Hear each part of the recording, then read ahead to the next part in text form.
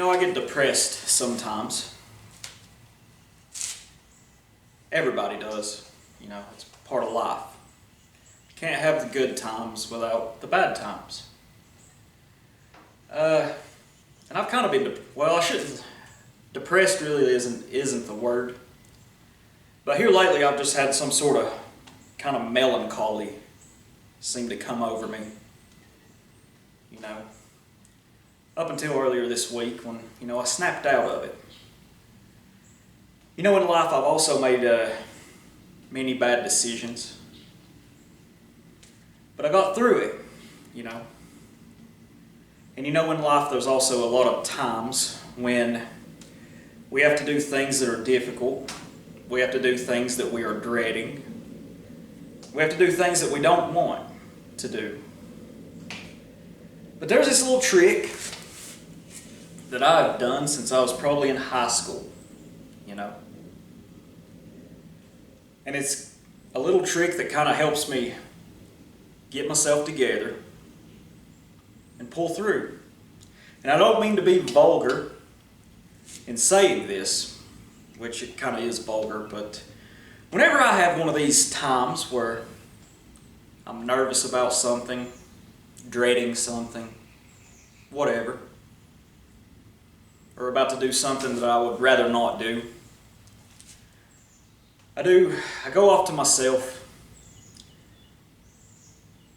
You don't want to do this out in public. But I'll go off to myself and I'll reach down and I'll grab myself and I talk to myself and I ask myself, "You got your balls still, don't you?" Yeah, sure do, I'll answer. "They intact?" I'll ask myself. Yep, everything's in working order. Well, get your shit together.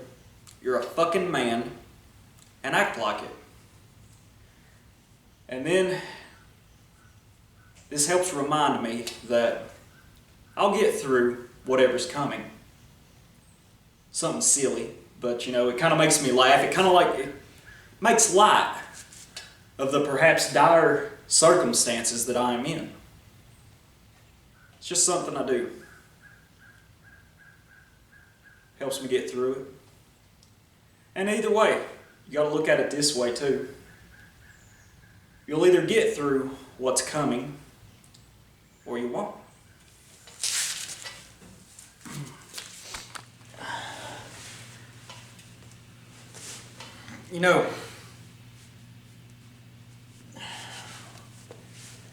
Back when I was in high school, our head football coach was a very intelligent man. He turned, the high school I went to, there was only a little over 200 students in the whole school. The student body was 99.5% white. Very small, rural, mountain school in northeast corner of Tennessee. We were the smallest public school in the state of Tennessee with a football team, a high school football team. He was a brilliant coach, and he had turned our small school into a perennial state championship contender there for several years. As I said, he was a very intelligent man, a very good coach. He was a master at motivating you, just very intelligent. But he was also a teacher. He was a history teacher. One of the best, actually it is hands down the best history class that I had ever taken in all my years of education, K through 12, 4 years of college. His class that I took in 2001 of the spring semester of my freshman year, it was a modern history. It was basically history of the 20th century. He, as a teacher, he wasn't very strict, He never gave us homework. He It's been humid down here lately. I've been working outside, but as I said, he wasn't a very strict teacher. He never gave us homework. As far as tests go, he just had so many handwritten tests that he'd give us every so often. But and as I said, on the football field and in athletics, he coached everything. He was a very strict man, a very strict coach, but to know him as a teacher, he was a very friendly guy, liked to joke around with you, but he was very intelligent. And his history class, he told us, that if you truly want to understand history, you always have to bear in mind that there are two sides to everything. I remember distinctly, I'm kind of going on a side note here. I remember distinctly, he had a disdain. He didn't think very highly of Franklin Delano Roosevelt, FDR. He didn't really like him. And this was a very interesting thing because I always paid attention all the way from being very young to history. And every teacher I'd always had upheld Franklin Roosevelt as one of the greatest U.S. presidents. He didn't think this. He didn't come out and say things, but he made a very clear point that World War II was Franklin D. Roosevelt. He engineered that conflict in pulling America into the conflict by the attack on Pearl Harbor. And if you look at the official records, judging how most of our Pacific fleet was in Pearl Harbor the morning of the attack, except our aircraft carriers, it's very interesting. He painted a very clear picture that he had orchestrated this to instigate Japan into attacking us in order to draw us into the conflict in Europe. And I'd never heard anything like this. I thought it was fascinating. He also, out of all those years of education, was the only teacher that I ever recall mentioning anything about the USS Liberty incident in 1967. He taught us, he didn't teach us out of a book. He didn't care for history books. He taught us a lot of the mainstream stuff, but he always told us to bear in mind there's always more to the picture than what they present to us. That man had he had a hand in my awakening to things. Why am I talking about this man, though? When I was in high school, what he always said that he valued the most in his football players was toughness and resilience and heart. He valued these things much more than speed or strength, skill. Because while these things, are good to have in a football player or an athlete, they're nothing unless that player has some grit. It's nothing. And that is something that we are in dire need of today. Modernity has made us exceptionally soft. It's made us weak. Now, I'm not saying, certainly there's still some tough people out there, definitely. But there's nowhere near the number as there was in the previous generations leading up to us. Nowhere near it. And that's one of the degrading effects of modernity. We need resilience and we need toughness. But you may ask, how do we get these things? The only way to get it, as I see it, is through trials and tribulations, through struggle and through strife. Nowadays, to be physically tough A lot of people think of, going to the gym or training or whatever. And while this is important, it's a good thing to do, it's not everything by any means. I mean, I go to a gym, and I'm certainly not the biggest guy there, definitely not. There's a lot more, much more muscular people that go there. But I often wonder how tough these people really are. It seems like they're strong. But strength and toughness isn't the same thing. It isn't. If you want to know more about physical fitness, check out a channel called Johnny Group. I know several of you guys probably already know of him.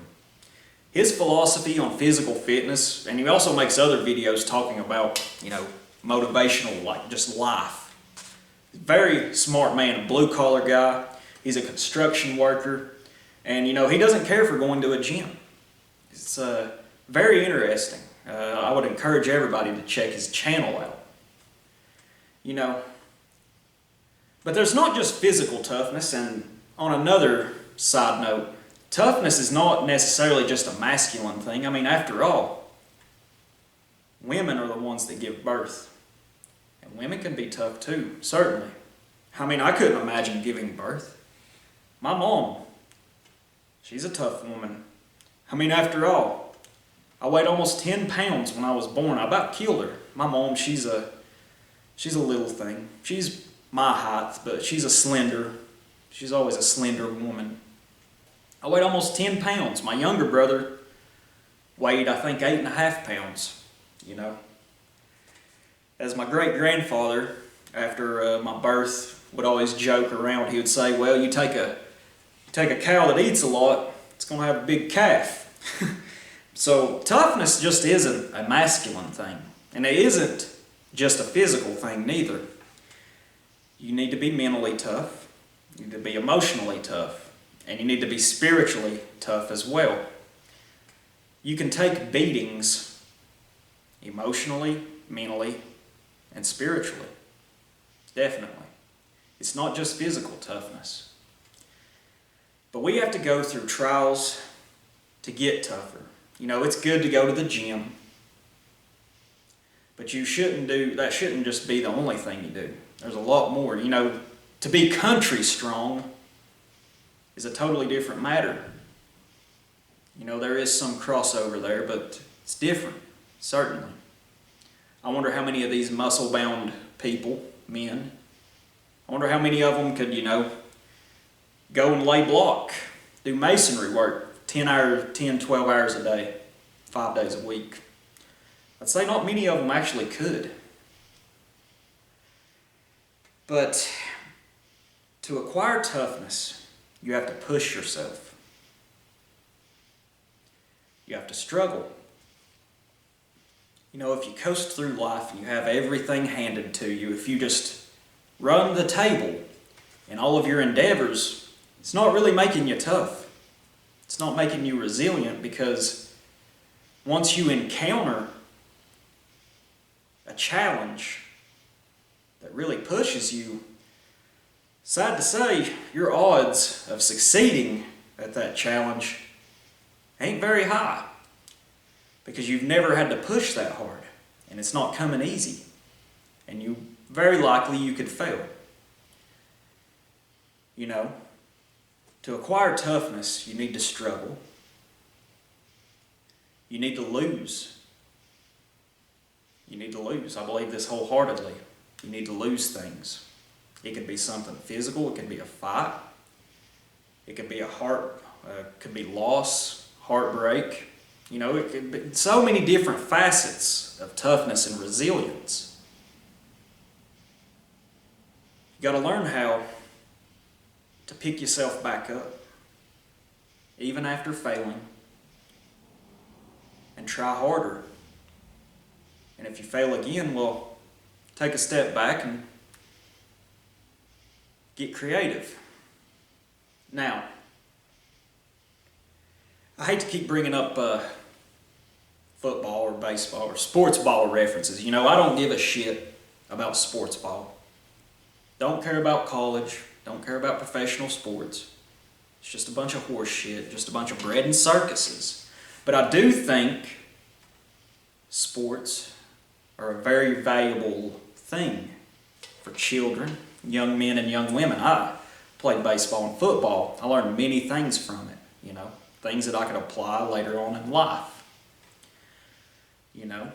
And going back to toughness, we have to push ourselves. We have to seek out challenges.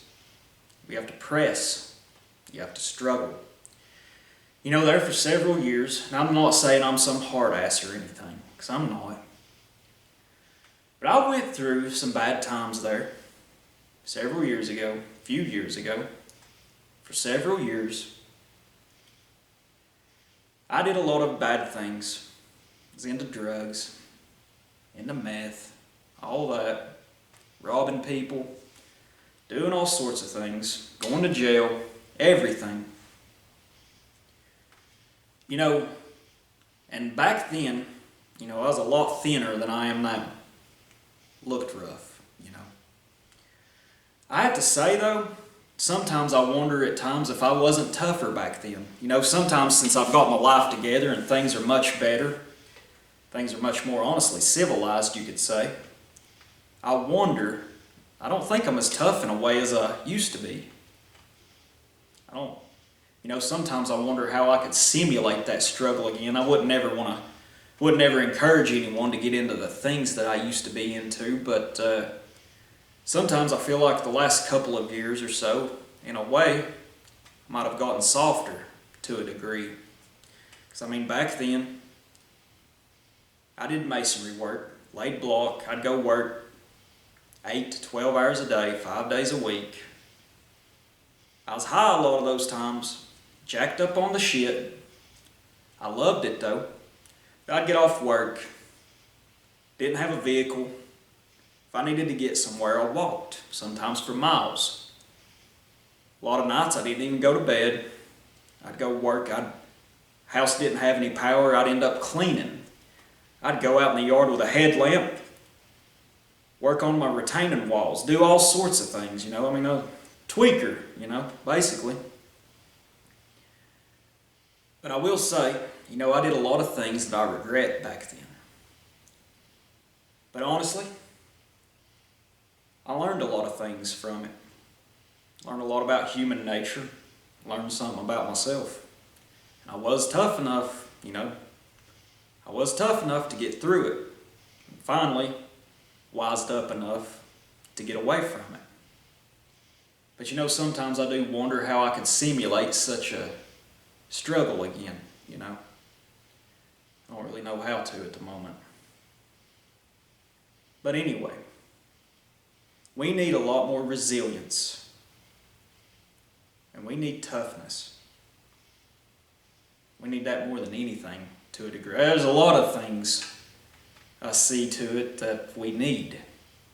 But this one aspect of it, I think, is possibly the most important. And that's why I talked so much earlier about the old football coach and what he said he valued the most in his players. We need toughness and we need resilience. It's not something that's easily acquired. It's something that you gain through struggle. Another thing that I'd like to add, I mentioned too earlier, said that I regret some of the things I used to do, which I do. Made a lot of bad decisions, did some bad things. But looking back on it, there's really no sense in regretting it, because I wouldn't have it any other way now. I wouldn't have it any other way. It's in the past, there's nothing I can do about it. All I can do is learn from it. It was the path I had chosen. And I dealt with it. When the consequences came, I did like I said at the beginning of the video, reach down, grab myself by the balls and ask those series of questions. And it got me through it. Because look, it's quite simple in life. You either make it or you don't. You either bend or you will break. And lastly, make yourself tougher. Make yourself more resilient. Push yourself. Because after all, there is nothing, not a single thing in this life that is beautiful, that isn't created without blood, sweat, and tears. Thank y'all for watching. Bye-bye.